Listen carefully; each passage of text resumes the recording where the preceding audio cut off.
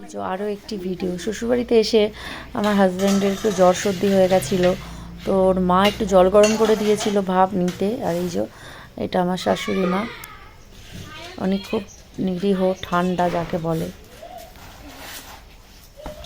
আর চলো এবার তাহলে আমার ঠাকুমা কি কাজ করে দেখে নেওয়া যাক। আমার খড় কাটছ? মুখ করবে তোমার শ্বশুর, এখন পারে না শ্বশুর, এখন করে না, তুমি করো এখন।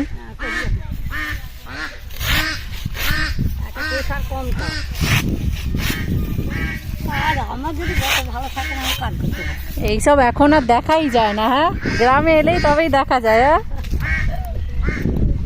যাকে অনেক ভাগ্য করে একটা গ্রামে শ্বশুরবাড়ি পেয়েছি। আর এই দেখো মাঠে এরা সকাল থেকে মানে বাইরে থেকে এরা কাজ করতে এসছে। এখন দেখো কি সুন্দর এরা মেয়েরা দলবদ্ধভাবে ধান যেটা রুইয়েছিল আর কি, না সরি, যেটা ধানের বীজ ফেলেছিল এখন বীজতলা তুলছে। সারাদিনে ইনি টুকটাক করে অনেক কাজ করে, কিন্তু বারণ করা হয় তবুও শোনে না, যতটুকু পারে করে। শোনে না তো সেই লাতা দিয়ে করছে।